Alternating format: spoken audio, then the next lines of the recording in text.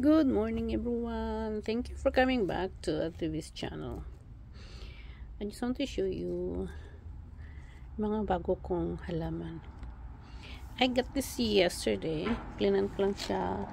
This is rare but is a family of like yung photos, pero hindi ito photos. Isa din ito sa rare na tropical, but my eyes is on this acanthus white water. This is what they call.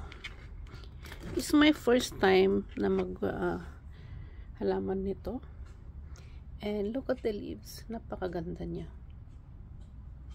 Madali daw dumami to, I mean lumaki. So, at saka napakalaki niya, yung parang, yung halaman na parang gabi kung malaki. Yan, ganyan siya.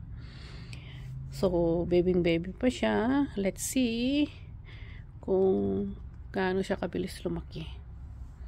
Madali daw naman alagaan. So, that's our menu.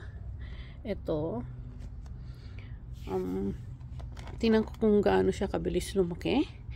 And kung paano siya dadami. And even this one is one of the rare na halaman.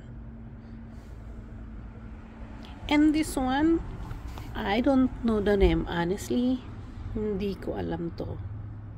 Pero may nagbigay kasi to, may nagbigay sa church, and then napakalaki niya, malaking bush siya. Pero alam mo, ito siya matigas. It's parang plastic lang siya na very thin. Look, very thin siya, and then matigas.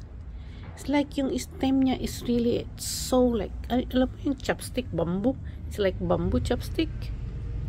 Ganyan yung stem niya. Nung diniligan ko kasi yung binigay nilang malaking bush kung saan ko yung kinuha, is nag-shoot siya. Ito, may mga bago siyang tubo. So sabi ko, I can kasi nagsasanga siya. So ginunting-gunting ko na yung madami. But hindi ko alam name nito. Sino nakakaalam niyan? Parang plastic yung stem yung napaka nipis na matigas. Uy, nasira itong isa niya. Tanggalin ko yan. Ka-plant ko lang siya kanina.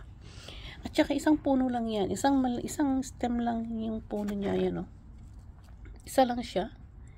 And then, ang daming nagsanga-sanga na siya. Ganyan. So, it's my first time to have this. Let's see. Yan.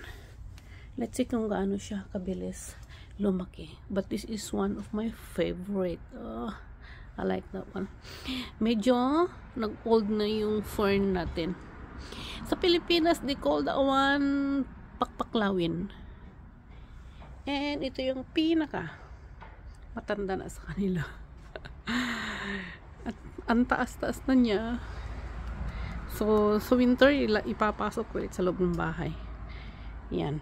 Nilagyan ko ng ito niya support. Kasi nakapat lang siya ng maliit, is napakalaki na siya. So, those are my new today. Yan ang pinagkaabalahan ng lola niyo. And this one, kasi lagi akong gumagamit nito sa pagluluto. Kaya, nagtanim na lang ako. Yan. That's it for today.